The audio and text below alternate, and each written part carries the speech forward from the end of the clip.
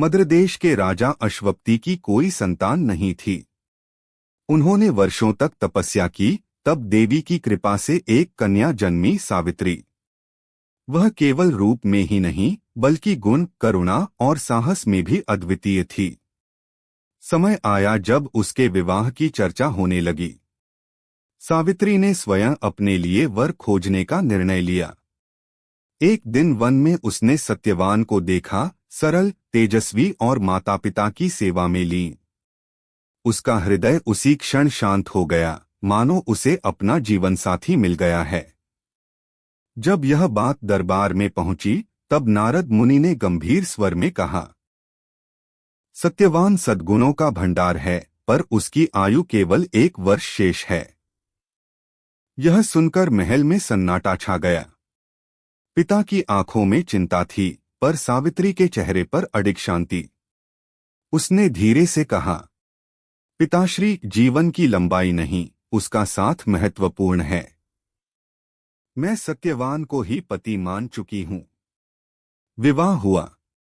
सावित्री राजमहल छोड़कर वन की सादगी में आ गई।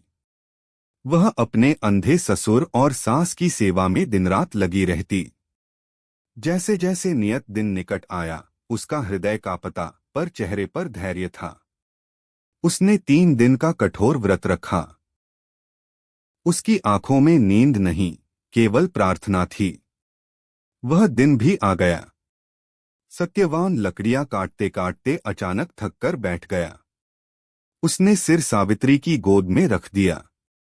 आज मन बहुत अशांत है, उसने धीमे स्वर में कहा। सावित्री का हृदय टूट रहा था, पर वह मुस्कुराई। तभी वातावरण गंभीर हो उठा। यमराज प्रकट हुए और सत्यवान के प्राण लेकर चल पड़े। सावित्री ने धीरे से अपने पति का सिर जमीन पर रखा और यमराज के पीछे चल दी। देवी, अब लौट जाओ, यमराज बोले।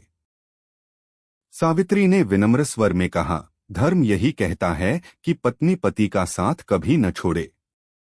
उसकी करुणा, तर्क और अटल प्रेम से यमराज भी द्रवित हो उठे। उन्होंने उसे वरदान मांगने को कहा। पहले उसने ससुर की दृष्टि और उनका खोया राज्य मांगा।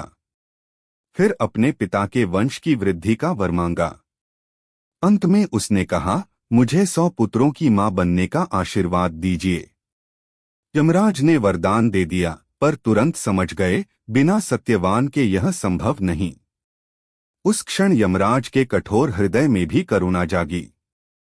उन्होंने कहा, सावित्री, तुम्हारी पतिव्रता शक्ति के आगे मृत्यु भी झुकती है। मैं सत्यवान के प्राण लौटा देता हूं।